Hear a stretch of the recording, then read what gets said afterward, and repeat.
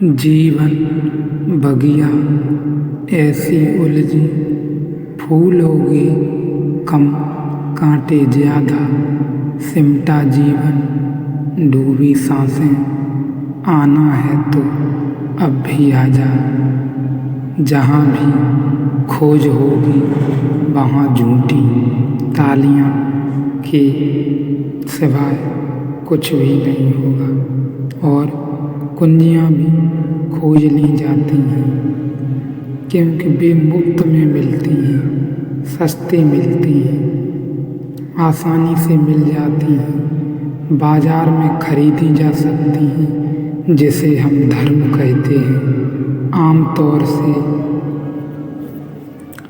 90% अविद्या है, क्योंकि सस्ती खोज और सस्ती चीज़ें या लेने की आकांक्षा बाजार में झूठे मार्गों को पैदा करवा देती है। बहुत मार्ग हैं, सबसे अधिक जो भ्रांत मार्ग हैं वे विस्मृति के हैं। किसी भी तरह आदमी अपने को भूल जाए तो कारागृह भी नहीं रह जाता।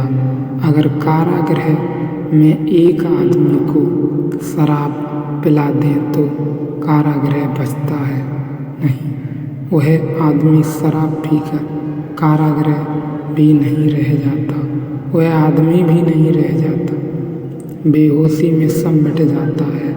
और शराब पिया हुआ आदमी कारागृह में सम्राट हो जाता है, और शराब पिया हुआ आदमी कारागृह के भीतर ही सोचता है, और शराब पिया हुआ आदमी आकाश में उड़ रहा है। अब वह कुछ भी खोज सकता है, कुछ भी सोच सकता है, क्योंकि शराब के साथ ही स्वप्न की क्षमता भी मिल जाती है और सत्य का बोध खो जाता है, तो वह भगवान के दर्शन कर लेता है। जिसे अपना भी पता नहीं वह भी परम का पता लगा लेता है।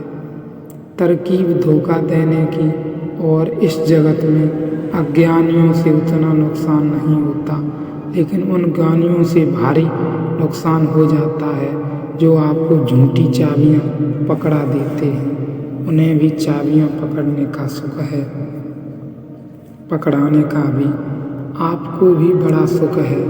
आपको भी बड़ा सुख है क्योंकि आपको मुफ्त में कुछ मिलता मालूम पड़ता है, जिसके लिए कुछ भी करने की ज़रूरत नहीं। और अधिक लोग बिना कुछ किए पाना चाहते हैं। आदमी का जो बड़े से बड़ा रोग है वह है आलस, बड़े से बड़ा रोग वह है प्रमाद। बिना कुछ किए मिल जाए, बिना चले मंजिल आ जाए, एक कदम भी न उठाना पड़े, मंजिल ही चलती हुई आ जाए, तो इससे सुख और क्या होगा। तो ऐसे लोगों के पास भीड़ इकट्ठी हो ही जाएगी। वह भीड़ उन्हें भी सुख देती है क्योंकि अहंकार की तृप्ति होती है।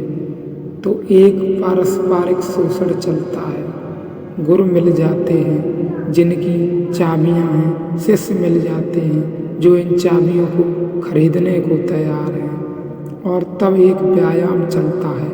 अविद्या का अर्थ है ऐसी सब विद्या जिनके द्वार खुलते नहीं, लेकिन द्वार के खुले होने का भ्रम पैदा हो जाता है। इसीलिए पूछता है जिज्ञासु, विद्या क्या है, अविद्या क्या है। जागृत, स्वप्न, सुषुप्त और तुरी, ये 4 अवस्थाएं हैं। क्या हैं? फलस्वरूप विद्या और अविद्या का फर्क न समझा जा सकेगा यदि जागृत, स्वप्न, सुषुप्त और तुरी की 4 अवस्थाओं को न समझा जा सके। भारत इस पृथ्वी पर पहला खोजी है जिसने मनुष्य के चित्त की 4 दशाओं का सर्वप्रथम मनुष्य के चेतना के इतिहास में उल्लेख किया। पश्चिम का मन शास्त्र तो अभी तक जागृत के आसपास ही घूमता था। केवल 50 वर्ष पहले ही तक भी 1900 तक जागृत के आसपास सारा मनोवैज्ञानिक था। स्वप्न की बात ना समझी थी। स्वप्न की जो बात करी वह पागल था। स्वप्न में क्या रखा है?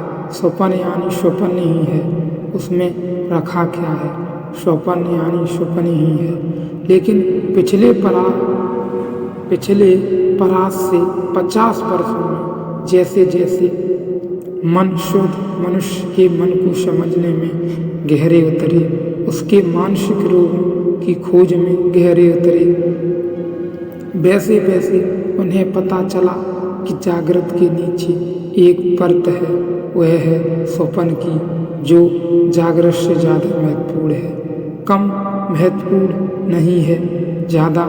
तब तक सदा यही ख्याल था कि स्वप्न यानी कि व्यर्थ की बात है, आदमी की कल्पनाएं हैं, उन पर ध्यान देने की कोई ज़रूरत नहीं है। और पश्चिम के विचारशील लोग हंसते रहते थे पूरब पर कि ये नासमझ स्वप्न की संबंध में बात करते रहते हैं। लेकिन फ्रायड युग और एडलर के प्रयासों का परिणाम 50 वर्षों में यह हुआ कि अब मनोवैज्ञानिक स्वप्न के अतिरिक्त और किसी की बात ही नहीं कर रहा है। अगर आप मनुष्य के पास जाते हैं तो वह पहले आपके स्वप्न के संबंध में जानना चाहता है, क्योंकि वह कहता है कि आपके जागृत में जो घटित होता है